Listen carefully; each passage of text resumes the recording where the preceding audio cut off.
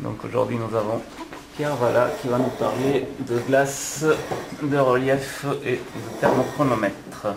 À toi la parole Pierre. Merci, bonjour à tous, merci d'être venus, merci pour votre invitation.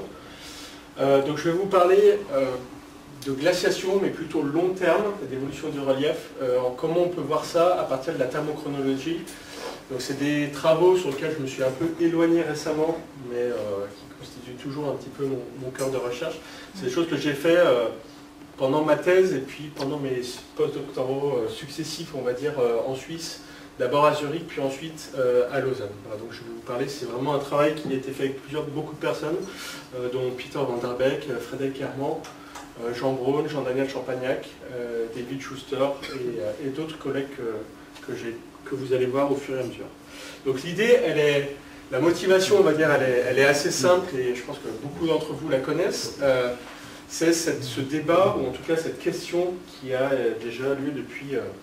on va dire maintenant une vingtaine d'années, même un peu plus long, qui correspond en fait aux observations déjà qu'on a d'un point de vue enregistrement climatique. Donc c'est la courbe ici de delta O18 sur les 25 derniers millions d'années de Zakos et co-auteurs, où il y a ce refroidissement, on va dire, global et progressif observé notamment depuis le tardi Cénozoïque, environ 10 millions d'années, jusqu'à l'actuel. Et dans le même temps, ou en tout cas l'observation a été faite avant, et le lien a été vu un peu après, une augmentation des taux de sédimentation qui est assez important. Donc là vous avez un enregistrement sur les 100 dernières années, une augmentation des taux de sédimentation dans les océans, notamment sur les 3 derniers millions d'années.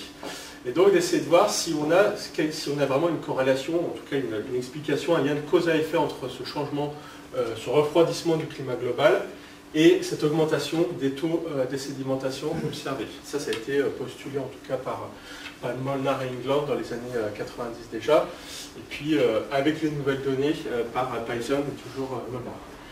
Et voilà, donc l'idée c'est de savoir est-ce qu'on a vraiment un impact du climat sur ces taux d'érosion et de sédimentation à large échelle, ou si on peut avoir en fait ce qu'on appelle un effet Zadler, ou en tout cas un enregistrement incomplet dans les sédiments, donc un biais temporel où on va mieux préserver les sédiments récents et beaucoup moins les sédiments anciens, donc une augmentation des taux d'érosion et des taux de sédimentation apparents. Donc ça c'est quelque chose qui est discuté, qui est toujours discuté. On a ce débat dans Terra Nova qui a été publié en 2016 qui est assez intéressant entre deux points de vue qui ne sont pas forcément totalement en désaccord mais avec différents arguments. Et donc l'idée c'est que cet enregistrement sédimentaire est peut-être incomplet. Mais ce qu'on voit aussi assez globalement, ou en tout cas là où on sait qu'on a eu des glaciers, c'est qu'on a vraiment aussi une modification du relief, et en tout cas un shaping du relief par les glaciations. Donc ici en Norvège, le Sonifjord, ici en Alaska, et donc on a un impact sur la topographie des glaciations, ou en tout cas du refroidissement de ce climat qui est observé. La question c'est, qu'en est-il du timing, donc qu'en est-il de la temporalité? Est-ce qu'on commence à environ 10 millions d'années, ou 7-8 millions d'années quand on commence vraiment à infléchir? Est-ce que c'est plus récent? Et quelle est aussi la magnitude en termes de taux d'érosion et taux d'évolution du relief sur la topographie? Alors ça c'est une question qui a été, en tout cas une observation qui ne date pas des années 2000, mais qui date déjà du dernier siècle. Donc ça c'est une photographie qui est reportée dans le livre de Bruckner de Penck et Bruckner. Donc ça est dans la vallée du Lauterbrunnen en Suisse, où déjà ils avaient observé les morphologies glaciaires et rapporté ceci. Et donc il y a cette fameuse citation de Penck des années 1900, de 1905, où vraiment la surface des Alpes ne correspond pas du tout à une chaîne de montagnes qui a été construite par les processus d'eau liquide, mais vraiment par l'action des glaces. Donc vraiment déjà au début du XXe siècle, on a ces observations. Avec également, si on regarde un peu plus en détail, ce qui moi je trouve intéressant aussi, c'est cette idée qui est déjà postulée par Penck, qu'en fait il y a eu des oscillations glaciaires au cours du temps, et en fait à la fois qui a déposé différents marqueurs. Donc là vous avez des cordes moréniques entre, ça c'est le lac de Constance ici, vous avez Zurich juste là, donc c'est la limite entre la Suisse orientale et l'Autriche, mais aussi que l'érosion a été active à certains endroits, à certains moments, pendant qu'à d'autres endroits, on n'avait plus d'érosion. Donc on a cette histoire de variabilité à la fois spatiale et temporelle, de l'érosion et aussi des marqueurs laissés durant les glaciations. Donc ils avaient proposé cette courbe, on va dire, temporelle, avec la limite de la neige, ou en tout cas une espèce de ligne d'équilibre glaciaire à l'époque, avec les fameuses 4 stades glaciaires, le Bruns, Mindel, Ries et le Kurm. Et une tentative, on va dire, chronologique, mais qui reste à affiner et qui n'est toujours pas totalement complète. Je ne vais pas parler de ça aujourd'hui, je sais qu'ici vous êtes très friands des glaciations, on va dire, tardi-quaternaires. Je vais m'intéresser à quelque chose de plus long terme et on pourra discuter plus tard de ces glaciations. Alors, en termes d'impact des glaciers sur la topographie, aujourd'hui on a des méthodes beaucoup plus précises et quantitatives pour aller voir à large échelle. Et ça c'est une figure qui est issue du papier des travaux de Hegel, mes co-auteurs. Vous avez ici la latitude, donc degré sud, degré nord, l'élévation, et en fait ils ont gardé la topographie, on va dire, globale. Donc vous avez ici la probabilité, et donc la courbe, on va dire, l'enveloppe de topographie globale, et la ligne d'équilibre glaciaire, donc là la snowline, on va dire, durant, ça c'est l'actuel, durant le LGM. Donc en fait, ils proposent vraiment qu'on ait une corrélation entre la ligne d'équilibre glaciaire et la topographie. Alors on peut voir ça dans deux sens. Si on n'a pas de topographie, c'est difficile d'établir une ligne d'équilibre glaciaire. Mais également, on peut penser à l'effet de l'action long terme des glaciers qui vont tendre à réduire, ou en tout cas à limiter la topographie. Notre observation, qui est un peu anecdotique, mais on pourra discuter après à ce niveau-là, c'est vraiment aussi la différence d'hypsométrie, donc la distribution des élévations au sein d'un bassin versant, des chaînes de montagne, qui va être foncièrement différente entre une chaîne fluviatile, type Taïwan, et une chaîne plus glaciaire, comme les Alpes ou la Patagonie, où on va avoir un pic d'hypsométrie à beaucoup plus faible élévation, à haute élévation par rapport au fluviatile, et quelque chose de beaucoup moins régulier en termes de distribution d'altitude. Donc ça, c'est des choses à voir. Puis plus près de chez nous, on peut le voir également ici, j'ai pris l'exemple des Suisses, parce que je viens de Suisse tout récemment, où on a à la fois le relief, on va dire, visible, et puis si on se place un peu, voilà, ici c'est là où j'habitais il y a 3 ans, si on se place dessous ce qui est caché, comme les lacs ou les surcreusements glaciaires, on voit aussi qu'on a ce relief un peu caché, qui est en fait une trace aussi assez indubitable de l'impact des glaciers sur la topographie. Vous voyez ici tous ces grands surcreusements, la vallée du Rhône ici, la vallée de l'Arc proche de Berne, tout le système de Neuchâtel et de Bienne, et puis en allant plus à l'est, le lac de Constance ici. Voilà. Donc, on a une idée de l'impact, on va dire, visible qualitativement de l'impact de ces glaciations. Après, si on veut essayer de quantifier ça, finalement, quantifier l'évolution du relief, on peut quantifier des taux d'érosion. Quantifier un relief, c'est plus compliqué, parce que c'est un différentiel spatial des taux d'érosion entre 2 points. Et ça, c'est beaucoup plus difficile, et je reprends ici les données d'une compilation qu'avait fait Jean-Daniel Champagnac il y a quelques années.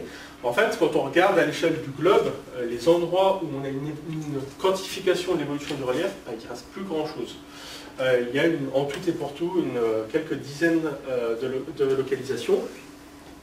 Et ce qui est intéressant, c'est que si on regarde après avec une estimation de l'âge, qui est plus ou moins bien quantifié, on voit qu'on a une très forte variabilité. On peut aller vers de l'évolution du relief, on va dire négative, destruction du relief en certains endroits, à quelque chose qui est très faible, et puis une variabilité en allant jusqu'à 1 km par million d'années pour certains endroits. Et cette variabilité, elle est vraiment aussi extrême sur les endroits de moyenne latitude, et là où on va se trouver les chaînes de montagnes de moyenne latitude. Donc on peut aussi se poser la question, est-ce que ça peut être dû à un effet glaciaire, l'effet des glaciations? Pourquoi est-ce qu'on ne trouve pas des choses aux plus hautes latitudes, où on s'attend à avoir un effet glaciaire plus prononcé? Est-ce que ça vient de la dynamique glaciaire, ou en tout cas des processus peut-être non linéaires dans l'érosion glaciaire. Voilà. Donc, et le dernier point qui motive en fait tout ce travail, c'est également le fait de savoir quand est-ce que se mettent en place les glaciations. En fait, on sait qu'on a un début des glaciations dans les chaînes de montagne qui va différer suivant la latitude. Si on se place en haute latitude, ou notamment en Patagonie, on voit qu'on a ces îles glaciaires à environ 50, José va peut-être me corriger, mais environ 50-55 degrés de latitude. On est 46 pour le Mercertil. Voilà. Donc, bon, alors on n'est pas si haute latitude. En tout cas, c'est la seule photo que j'ai trouvée pour illustrer ceci. En tout cas, on a des îles glaciaires qui sont datées à environ 5-7 millions d'années, qui sont bien datées parce que par-dessus, on a des épanchements volcaniques. Alors que pour les chaînes, on va dire, plus proches de chez nous, notamment pour les Alpes européennes, les premiers, on va dire, dépôts fluvio-glaciaires, ou en tout cas qui ont une origine glaciaire, sont plutôt rapportés, c'est les dépôts du Deccan-Schotter au nord de la Suisse, sont plutôt rapportés à environ 2 millions d'années, grand maximum. Après, il y a aussi des sédiments karstiques qui ont été rapportés dans le système du Siebenexter, voilà, où on a des sédiments qui pourraient être d'origine glaciaire à environ un peu plus vieux que 3 millions d'années. Mais on n'a pas de sédiments, en tout cas préservés, aussi anciens qu'on peut avoir en Patagonie. Et si on regarde également d'un point de vue plus global, on a cet enregistrement, donc ça c'est les données de Ehlers, où c'est le nombre d'enregistrements sédimentaires glaciaux ou fluvio-glaciaires. Et on voit vraiment cette disparité très forte entre, donc ici, tout ça c'est le Pléistocène, le Pliocène et le Miocène. Alors ça pose aussi la même idée que pour les enregistrements sédimentaires, parce qu'on n'a pas un biais de préservation, avec les dépôts plus récents qui auraient tendance à être mieux conservés en tout cas. Donc une idée pour aller voir ça, c'est d'utiliser la thermochronologie, ou la thermochronométrie, d'aller directement essayer de quantifier l'érosion long terme des roches, donc ici dans la vallée du Rhône par exemple, et d'essayer de retracer l'évolution des reliefs. Donc c'est ce que je vais vous présenter suivant 3 points. Donc essayer de voir un petit peu si on peut quantifier la temporalité et la magnitude de l'érosion glaciaire dans différents endroits, en essayant de se poser cette question, est-ce qu'on a un impact, ou en tout cas un début de l'action glaciaire dans la chaîne de montagne qui va être variable suivant les différents endroits, notamment suivant la latitude. Et enfin, ça sera une petite perspective sur comment essayer d'aborder maintenant l'aspect de variabilité temporelle et spatiale de l'érosion glaciaire. Donc avant de commencer, je pense que beaucoup d'entre vous, mais peut-être pas tout le monde, est familier avec la thermochronométrie. Donc, la thermochronométrie, en fait, c'est l'enregistrement de la vitesse d'exhumation de roches dans la croûte supérieure, et notamment au travers de différents isothermes, différentes températures, jusqu'à la surface où la roche va être collectée. Donc ce qu'on utilise en fait, c'est différents systèmes géochimiques ou physiques, et notamment moi je me concentre sur le dernier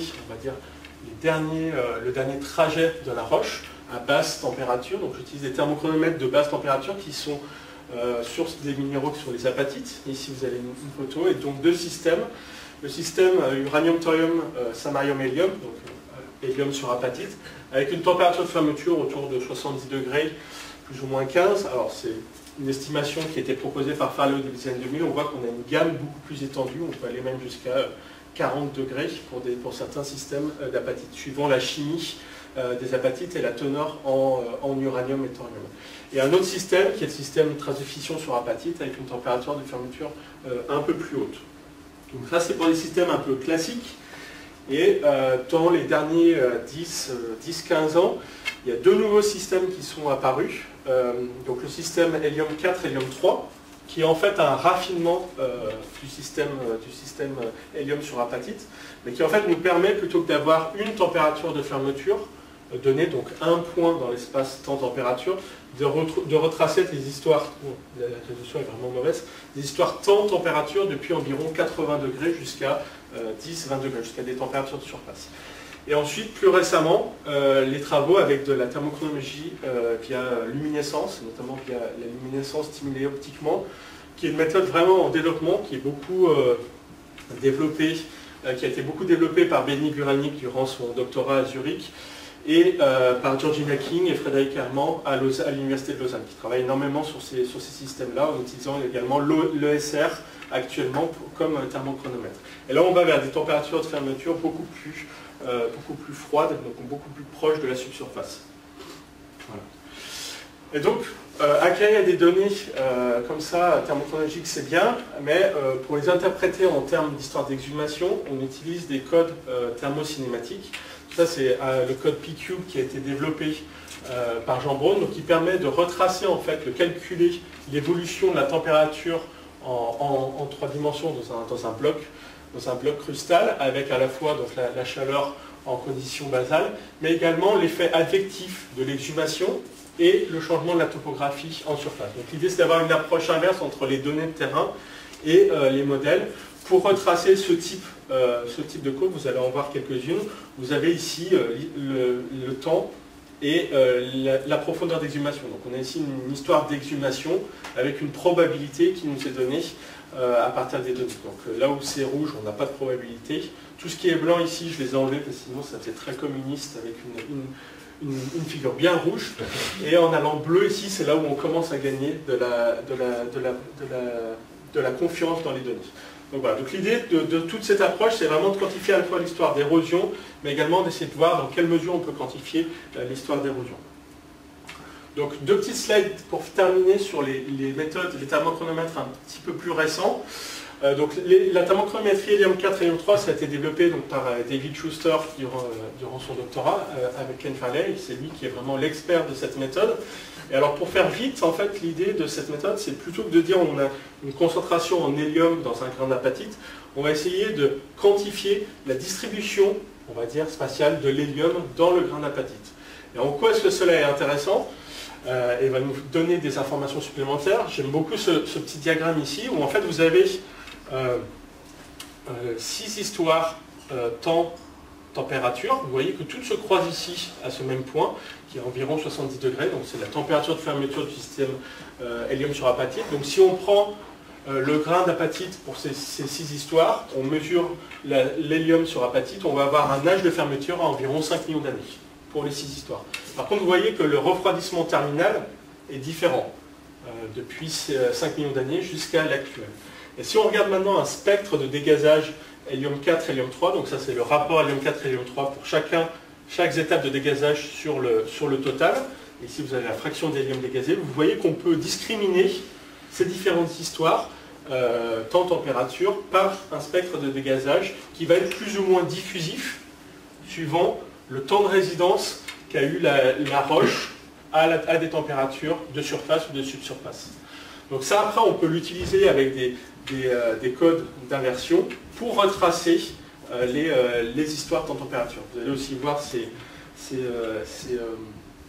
diagrammes, qui sont des diagrammes de spaghetti un peu, où rouge correspond à des données qui sont écartées de la résolution, jaune pourrait être toléré mais avec une forte incertitude, et vert sont ceux qui sont d'un point de vue erreur et fit aux données qui sont acceptées par le modèle. Voilà.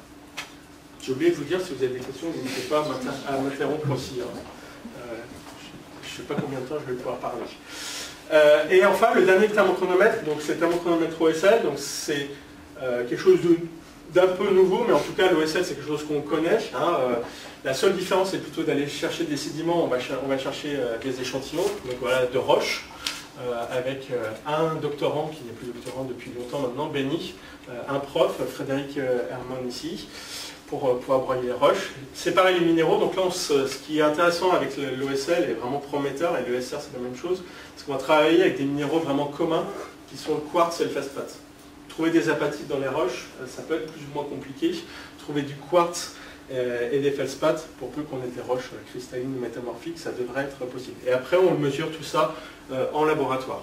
Et donc, l'idée ici, c'est que dans un réseau cristallin, on a des défauts qui vont être en fait des pièges possibles pour électrons et pour ce qu'on appelle des holes, donc des trous. Et en fait, avec la radioactivité ou les radiations ambiantes dans la roche, ou en tout cas dans l'environnement, on va exciter des électrons qui vont aller se piéger dans ces défauts du réseau cristallin. Donc ça, on a un chronomètre au cours du temps. Et que ce soit dans la nature ou dans le laboratoire, si on apporte de l'énergie au système, sous la forme de lumière ou sous la forme de chaleur, ces électrons piégés vont aller se recombiner et émettre éventuellement de la lumière. Donc ce qui est important, c'est que ce chronomètre de piégeage d'électrons dans des défauts du réseau cristallin, il est actif pour une roche que si on est à faible température. Si on a de la chaleur, si on est dans la croûte au-dessus de 40-50 degrés, ces électrons vont aller dans les pièges et vont automatiquement se recombiner et donc le chronomètre ne va pas marcher. En dessous d'une certaine température, le chronomètre se met en marche et on va pouvoir piéger un nombre d'électrons dans ces défauts du réseau cristallin. Voilà. Et ça permet, si on regarde différents systèmes, vous avez ici 4 types de signaux, de signal infrarouge de luminescence dans Feldspath qui sont mesurés, et ici une histoire ici de refroidissement, on va dire. Donc vous avez le temps, donc le refroidissement s'effectue, le système à un moment se ferme et va commencer à acquérir du signal, et donc ensuite on peut inverser toujours, il y a toujours une partie modélisation là-dedans pour retracer l'histoire temps-température. Voilà. Donc j'en parlerai un petit peu à la fin parce que c'est vraiment ce qui va nous permettre d'aller plus en détail dans les taux d'érosion glaciaire. Donc maintenant je m'attaque un petit peu au cœur du sujet.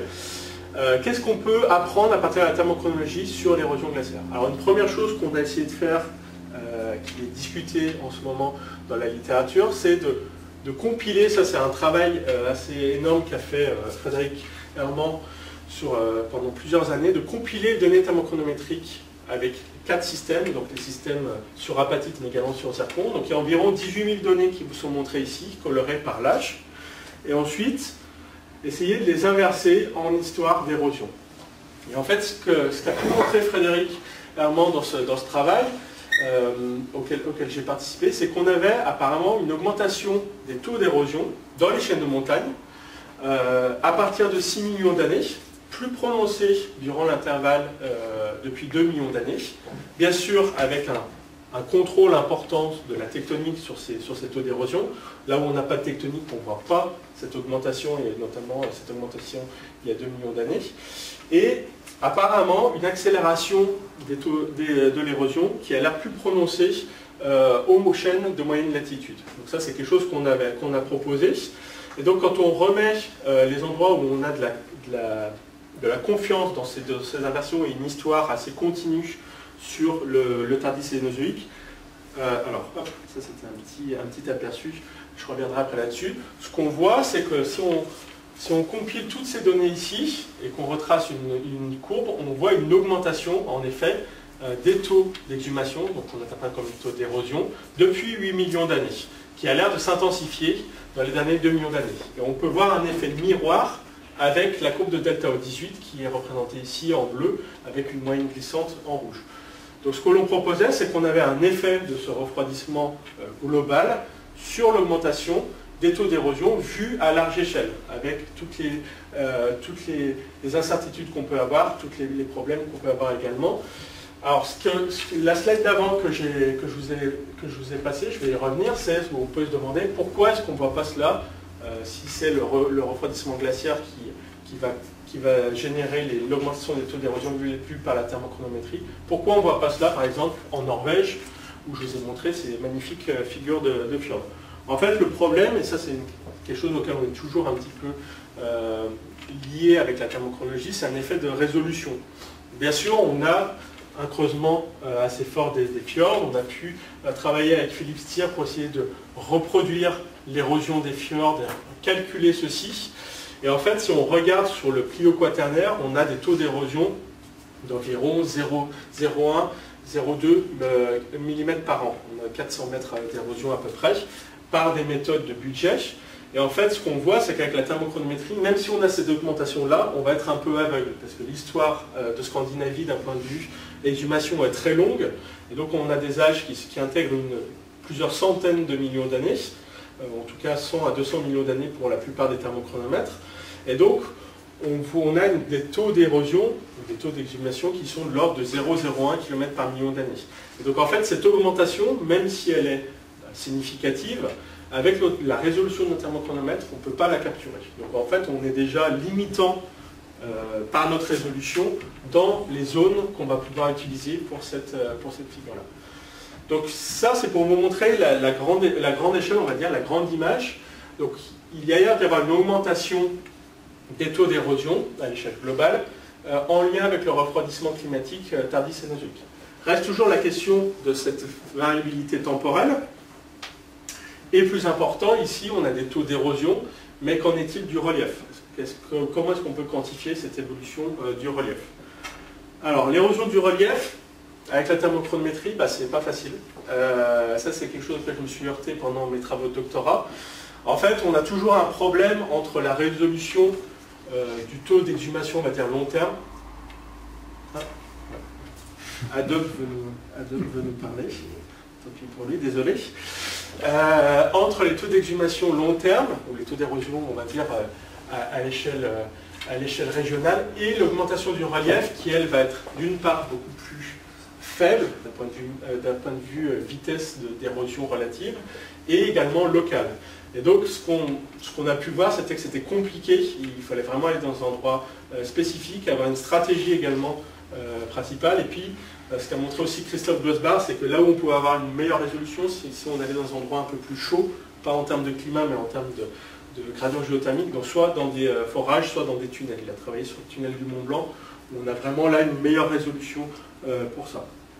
Mais je vais vous montrer un exemple où ça marche à peu près bien, alors sûrement parce qu'on a eu de la chance. Ça, c'est des travaux que j'ai fait durant mon doctorat, donc je vais aller très vite là-dessus, sur la vallée du Rhône, donc en amont du lac de Genève. Et on avait deux sites ici, un à Martigny, un à Visp, sur lequel on a échantillonné. Vous avez ici un transect, depuis la ville de Martigny est ici, jusqu'au, on va dire, sommet, ou en tout cas pas tout à fait le sommet, parce qu'après on passe dans l'helvétique. Mais en tout cas, tant qu'on a du cristallin. Et puis, ce qu'on a eu, avec des données hélium 4 et hélium 3, je vous mets directement les résultats, c'est ce différentiel d'érosion entre les échantillons de haute altitude, environ 2000 mètres. Vous voyez ici un refroidissement assez rapide en vert jusqu'à environ 3 millions d'années, puis après, plus grand-chose. C'est vraiment le calme plat là-haut. Et par contre, un échantillon qui est à basse altitude, au niveau juste au-dessus du plancher, où on a également quelque chose qui se passe dans le Tardi-Miocène, très peu résolu, puisqu'on est au-dessus de la température de fermeture. Quelque chose de calme ici, mais un épisode d'exhumation assez récent, à environ 1 million d'années. Donc on a interprété ça comme un différentiel d'érosion, et donc un creusement de la vallée, de 1 à 1,5 km, depuis environ 1 million d'années. Alors ça, on n'est pas les seuls, on ne sort pas ça de notre chapeau, je vais vous montrer qu'il y a d'autres études. Ce que j'ai fait un peu plus récemment, c'est d'essayer d'aller voir ici à l'autre endroit, et d'aller voir ou vérifier si en allant dans des forages, on peut avoir une meilleure résolution avec des thermochronomètres classiques. Donc ça, c'est le forage de Briggerbad, qui est assez connu pour ses bains chauds. Donc, les gens ont essayé d'aller voir un petit peu qu'est-ce qui se passait au niveau de la circulation de fluide.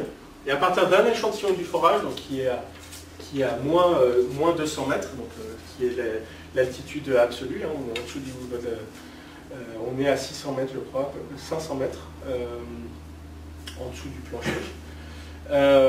On voit en fait qu'on a une histoire qui ressemble, juste avec des données de trace de fission et des données hélium sur apatite, pas d'hélium 4, hélium 3, on n'a pas pu en faire, on n'avait pas assez de signal.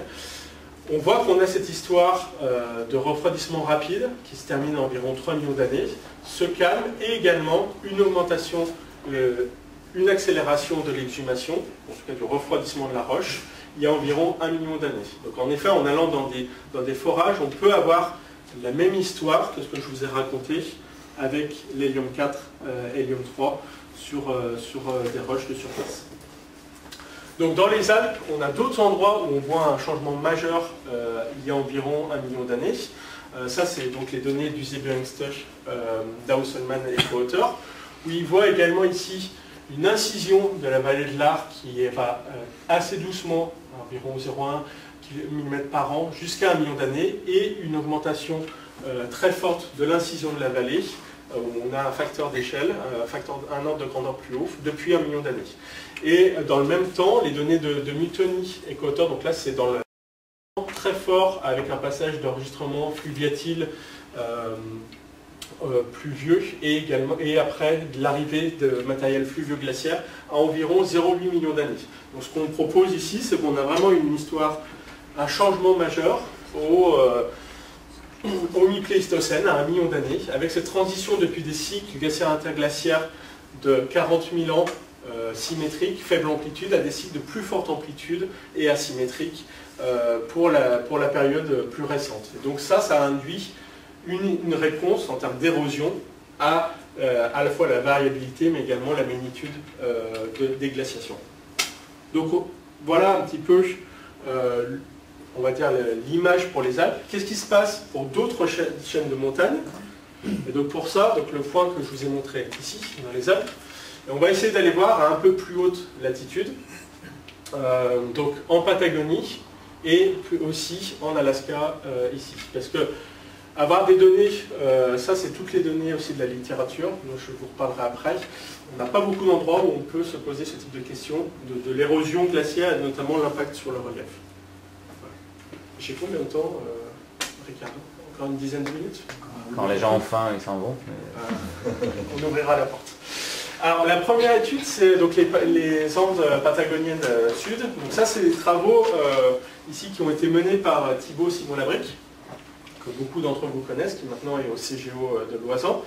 Et une des motivations, c'était ce papier qui a été sorti par Stuart Thompson en 2010, où il voyait en fait une augmentation des âges thermochronologiques en allant vers le sud, donc une diminution des taux d'exhumation apparents, donc de l'érosion, qui allait au contraire avec la topographie, qui elle semblait augmenter en allant vers le sud. Et donc, la proposition qui a été faite dans ce papier, c'est qu'en fait, on avait un effet plutôt protecteur de la glace qui allait réduire les taux d'érosion à haute latitude. Alors, c'était vraiment focalisé en regardant à l'ouest de la ligne de partage et par contre en oubliant, ou en tout cas en ayant peu de données, sur cette partie est.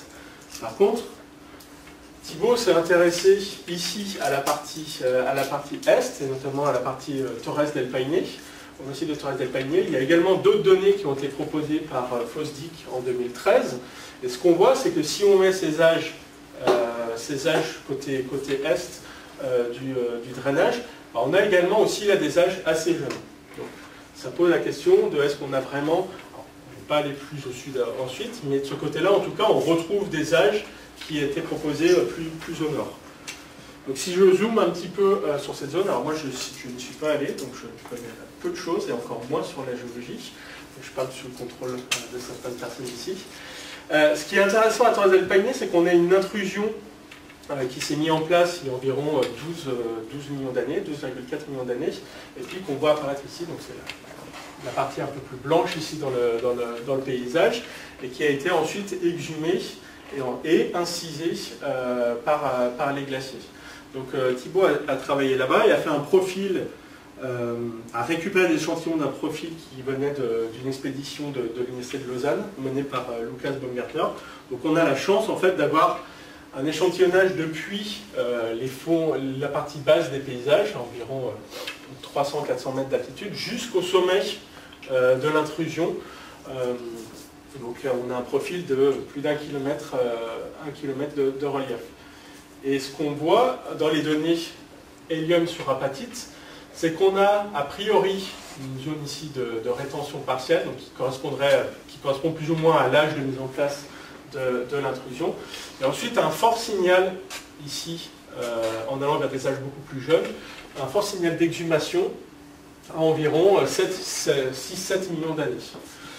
Ce qu'on a fait également, c'est qu'on a fait de l'hélium 4 et l'hélium 3 sur certains échantillons, donc toujours en collaboration avec David Schuster.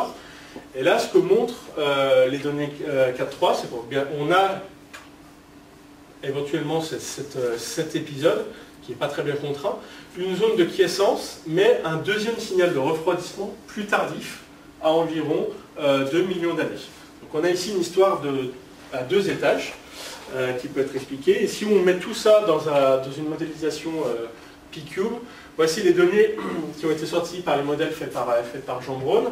Donc on a en effet cette histoire d'exhumation avec un pulse d'exhumation à environ 7 millions d'années. Le modèle ne sait pas trop ce qui se passe ici, en tout cas il n'y a pas vraiment de résolution, mais ce qui est sûr, c'est qu'ici, il semble y avoir un deuxième pulse d'exhumation à environ un peu plus jeune que 2 millions d'années. Donc on a vraiment ces deux étapes d'érosion, donc d'exhumation. Une première qui colle assez bien avec les premiers types glaciaires qui ont été identifiés dans la zone. Et une deuxième où on pense que là on est plus local, mais peut-être avec le creusement là des grands systèmes glaciaires de type la vallée Silencio, etc. Parce que c'est ce signal à 2 millions d'années, alors malheureusement on n'a pas pu faire d'hélium 4 et hélium 3 sur les échantillons du haut, mais on l'a principalement sur cet échantillon qui est à faible altitude. Voilà. Donc on a en tout cas, le message principal, c'est qu'on a un signal précoce par rapport aux Alpes, autour de 7 millions d'années ici, mais également un deuxième signal qui semble lui correspondre, alors dans la résolution qu'on peut avoir, à environ 1-2 millions d'années, donc il pourrait lui correspondre plutôt au signal qu'on observe dans les Alpes européennes. Voilà, donc là ça nous donne un deuxième point de contrôle, donc c'est ce point ici vert. Et maintenant je vais vous montrer, on va faire un petit voyage en Alaska, notamment en Alaska Sud, où là également aussi on est à haute latitude. Le problème de l'Alaska, et notamment de la zone qui est fortement étudiée, c'est qu'au niveau tectonique, on est très actif. Donc pouvoir décorréler ou découpler l'érosion glaciaire et l'effet du climat de la tectonique locale, c'est beaucoup plus compliqué. Donc ça, c'est des endroits où on a travaillé avec Jean-Daniel Champagnac et Eva Enkelman. Et tout arrive au même endroit en fait. On a ici la zone tectoniquement active. Si vous regardez les précipitations en couleur, vous voyez que c'est aussi la zone où il va y avoir le plus de précipitations et également les appareils glaciaires les plus importants. Et aussi où on a les âges, bien sûr, du coup les plus jeunes, parce que les plus forts taux d'exhumation et d'érosion. Donc nous, on a essayé d'aller travailler un peu plus au nord de cette zone active, dans les Granite Range ici, ou en tout cas d'un point de vue tectonique, on sait qu'on est un peu plus tranquille, où on peut s'affranchir dans une certaine mesure de la tectonique récente. Donc voici une image de la zone. Donc vous avez ici la contact fault qui est au niveau du Bagley Icefield. Donc toute cette zone ici va jouer un petit peu le backstop du prisme de convergence. Mais ici, on a une ancienne suture qui est plus active depuis plusieurs dizaines de millions d'années. Et on voit que si on regarde les âges de la littérature, ou les nouveaux âges qu'on a, on a des âges entre, pour faire simple, entre 10 et beaucoup plus vieux que 20 millions d'années en hélium sur apatite. Ici, on a quelques âges assez bizarres, mais on rentre dans la zone des Wrangell, qui sont une zone où il y a un peu de volcanisme, pour être gentil, et surtout des circulations aussi de fluides qui pourraient poser problème. Chose qu'on n'a pas du tout observée dans les Granite Range. Bon, par contre, si on regarde plus en détail, donc voilà 3 pseudo-profils âge élévation, on voit qu'on a des taux d'exhumation apparents, donc des taux d'érosion très faibles, de l'ordre de 1 à 1,01 km par million d'années, et surtout sur des périodes de temps qui sont plutôt longues. Donc en fait, on n'a apparemment pas de signal, pas d'empreinte d'érosion glaciaire, on va dire récente, ou en tout cas tardicénozoïque, à Plio quaternaire. Par contre, si on maintenant regarde les données hélium 4 et hélium 3, donc je vous présente 2 données, une ici et une là, ce qu'on voit, c'est ici aussi, on a une histoire différente, et on a un signal d'exhumation tardif, d'exhumation finale, qui est plutôt, alors c'est pas très bien à ça, là plutôt à partir de 5, et là plutôt autour de 5-7 millions d'années. Donc il semble plus récent par rapport à ce qu'on voyait avec l'hélium sur apatite, qui pourrait nous donner une idée de l'exhumation finale, en tout cas de ces échantillons. Et si on remet tout ça dans un modèle, on voit également, on a quand même quelque chose de très bien contraint, où on a ces taux d'exhumation à 0,1 km par million d'années. Ici, on va passer à plutôt 0,5 km par million d'années. Alors, c'est pas énorme, hein, on n'est pas en Himalaya, on n'est pas dans les Alpes non plus, mais on a quelque chose qui a l'air significatif dans cette région-là, et qui a été aussi rapporté par d'autres auteurs, comme Richard Lees, plutôt autour de 4-5 millions d'années. Mais nous, à partir, vraiment, on pourrait dire à partir de 6-7 millions d'années dans cette zone-là. Donc, qu'est-ce que c'est un impact des glaciations précoces sur la topographie? Vous voyez, ce n'est pas des creusements de vallées gigantesques, hein, c'est maximum à 1,5 km de relief au total actuellement. Alors, donc on a deux zones, dont une zone à haute latitude, où on a a priori un impact précoce des glaciations sur la topographie.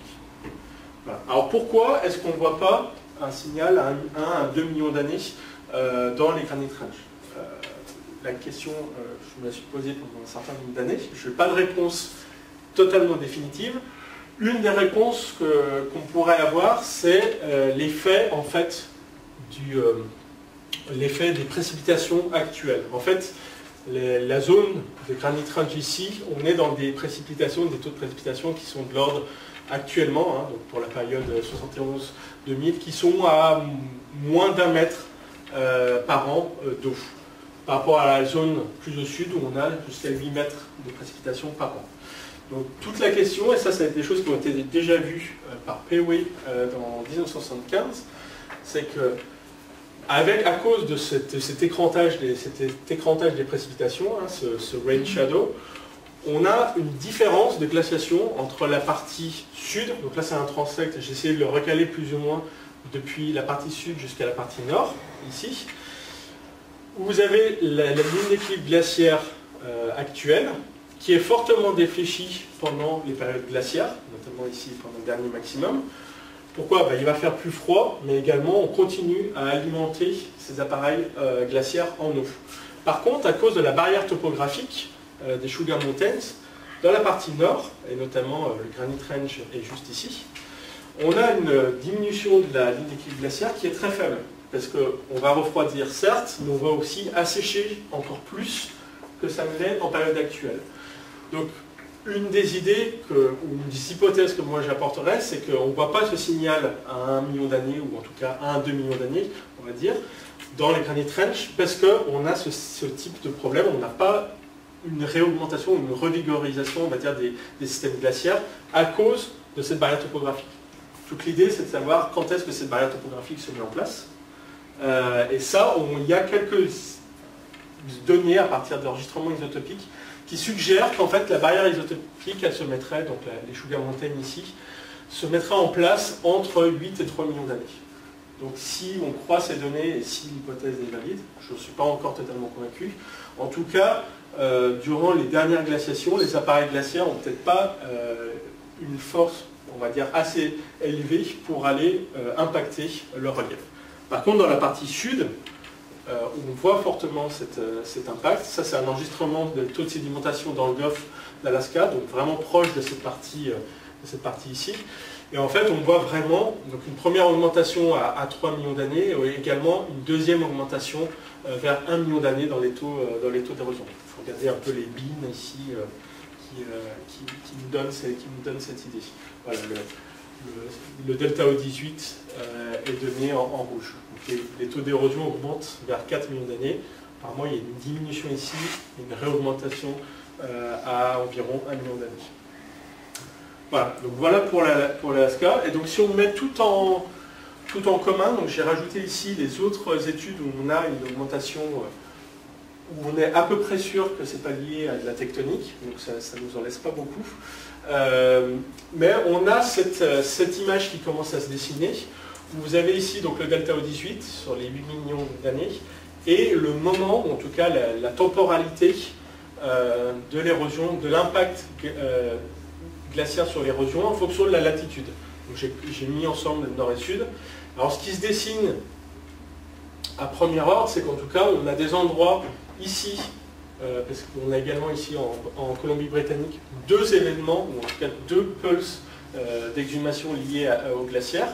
On a des endroits où on aurait deux moments où on a cet impact pour les chaînes, on va dire, intermédiaires.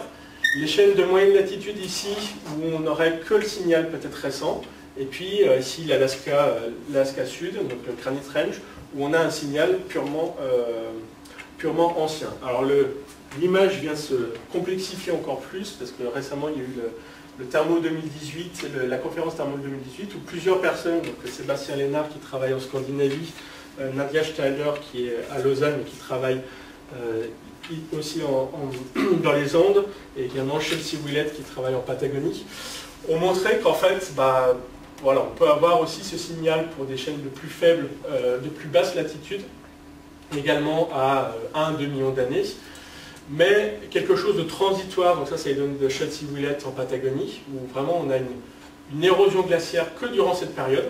Alors c'est bizarre, ça tombe pile dans la période où moi j'ai rien sur Torres del Paine, mais c'est des choses à discuter qui sont vraiment intéressantes. Et puis pour Sébastien Lénard, ici quelque chose de peut-être plus ancien, autour de 10-12 millions d'années, pour les Lofoten en Scandinavie. Donc c'est compliqué, et ça demande plus de données là-dessus. Je ne vais pas parler non plus du Groenland, où là, on va depuis 30 millions d'années jusqu'à certaines nouvelles quantifications de l'acision des fjords autour de 3-5 millions d'années par les nouvelles données de Vivi Peterson. Voilà. Mais en tout cas, on peut se demander si on n'a pas cette progression, on va dire, latitudinale, cette migration de l'impact érosif des glaciations, et ça c'est quelque chose qui demanderait à être creusé. Voilà. Et pourquoi on aurait un impact aux plus hautes latitudes des glaciations? Alors ça, c'est des données delta O18, enfin converties en anomalies de température. Et ce qu'on voit, c'est que dans cette période qui nous intéresse, autant les tropiques que les moyennes latitudes, on va dire 30-50 degrés, voient quelque chose, un refroidissement, mais pas majeur. Si on regarde les données, les seules données, c'est que pour l'hémisphère nord, malheureusement. En haute latitude, on a une diminution de la température qui est assez forte à ce moment-là. Est-ce que ça pourrait corréler avec ce qu'on observe ici? Je ne sais pas, mais en tout cas c'est une autre observation. Voilà. Donc j'en ai fini. La dernière chose, et là j'en ai pour 2 minutes, c'est comment essayer d'aller plus loin, et notamment essayer de rejoindre ce qui se fait sur le quaternaire et sur le tardi-quaternaire. Alors pour ça c'est plus compliqué avec la thermochronologie. On peut y arriver, je vais vous montrer pourquoi. Ce qui est important de comprendre, c'est que moi je vous donne des choses un petit peu long terme. Par contre, si on regarde ici, on ne le verra pas, ça marchait tout à l'heure. Si on regarde ici, heureusement la figure parle d'elle-même aussi, si on regarde à différents points de contrôle dans les modèles glaciaires, donc ça c'est le bassin du Rhône modélisé par Pietro Sternai, vous avez ici différents points de contrôle et vous avez ici l'érosion cumulée au cours du temps pour ces différents points de contrôle. C'est pour ça que je voulais vous montrer, ça aurait été joli, tant pis. On voit en fait qu'on va avoir une variabilité à la fois spatiale et temporelle, avec certains points qui vont voir très peu d'érosion en amont du bassin pour le début du cycle, qui ensuite vont accélérer, d'autres pour lesquels on a sur 900 000 ans, on n'a même pas encore vu l'accélération, certains qui vont partir très vite et qui vont se stabiliser, donc où l'érosion va être réduite au cours du temps pour les parties plus basses du bassin. Donc on a cette variabilité spatiale. Je vous remets la petite citation de Penck. Et donc toute l'idée, c'est d'essayer de le capturer avec nos outils. Alors, dans certains endroits, on peut capturer ça, et c'est ce qu'a fait David Schuster et son équipe en Nouvelle-Zélande, où vous voyez ici des données hélium sur apatite, et puis vous voyez que on a une espèce de boomerang. Et là où les âges sont les plus jeunes, c'est dans les cirques glaciaires. Donc une des hypothèses qui était proposée dans ce papier, c'est qu'en fait ce qu'on enregistre, c'est une érosion qui va aller depuis l'aval des vallées et qui va se propager jusqu'au haut de la topographie, donc vers les cirques glaciaires, qui enregistrent en fait les derniers épisodes d'érosion. Ils ont de la chance, ils ont des âges très jeunes, où on peut avoir une bonne résolution. Dans les Alpes, c'est plus compliqué.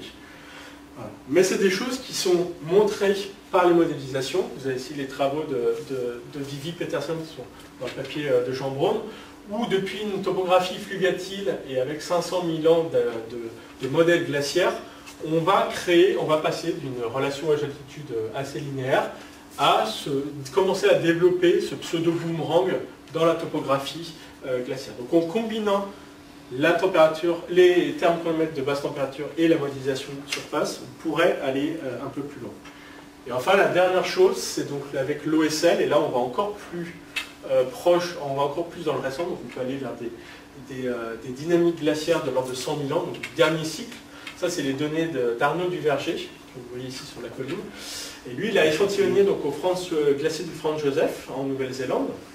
Et ce que vous pouvez voir ici, c'est deux échantillons, un au sommet, un plus bas, et des taux d'érosion calculés à partir de la thermochronométrie OSL assez différents entre ces deux espaces, ces deux